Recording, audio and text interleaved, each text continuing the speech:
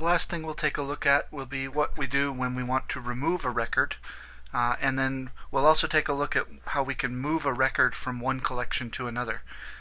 So first, we'll take a look at removing a record. We'll suppose that the Henkel-Williams wedding has been canceled, and what we need to do in order to remove it is obviously find it, and then once we find it, we can issue the removal command. So the first thing I'll do, this is always a good idea to make sure you don't remove things you don't actually want to remove. So let's find the record we're interested in this case.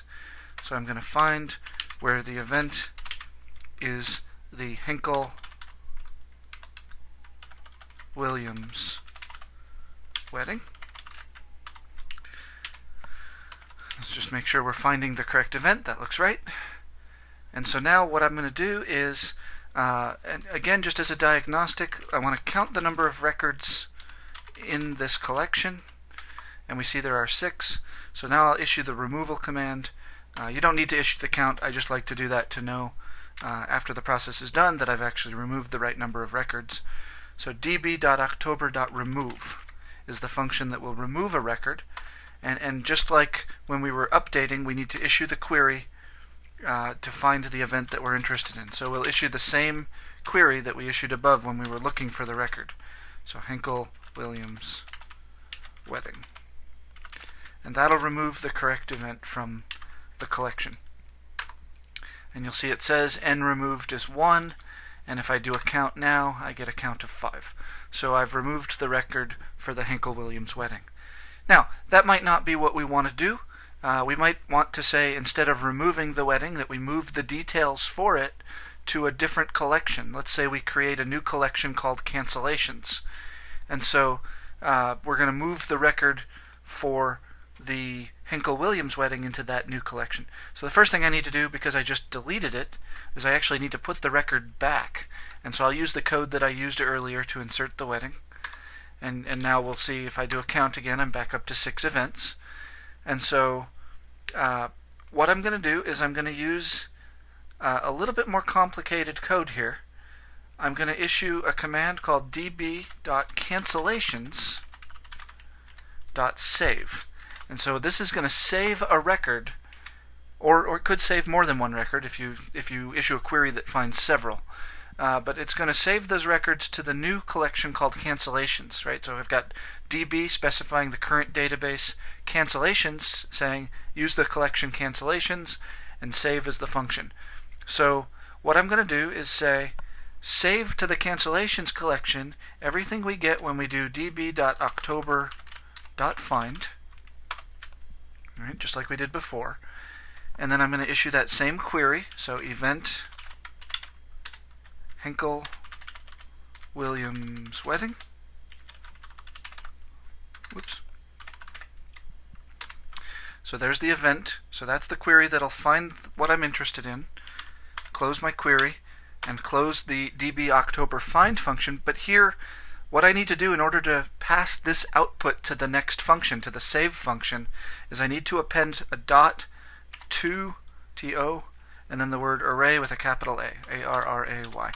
And that will take the output from my db.october.find call and will make it into an array that can then be passed to the db.cancellations.save call. So when I do that, and I put parentheses, open and close parentheses after array, close the parentheses, and now we see what ends up happening is we get a bulk write result where the number inserted was 1.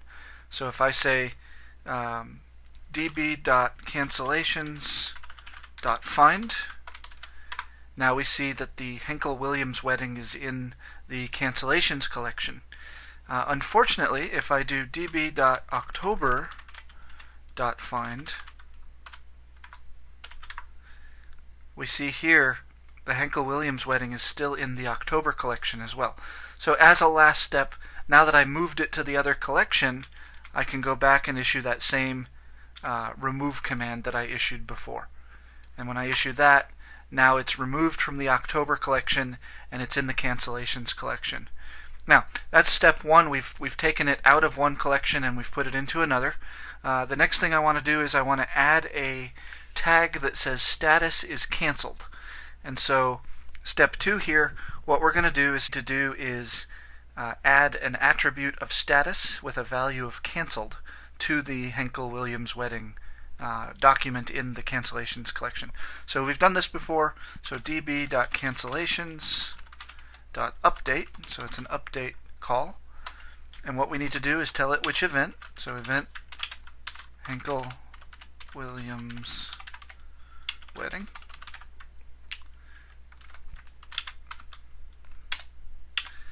And then I'll open another brace here, and what we'll do is issue a set, and then I want to set a new attribute, status, that isn't there yet, and I'm going to set it to a value of canceled. Close that brace, close that one.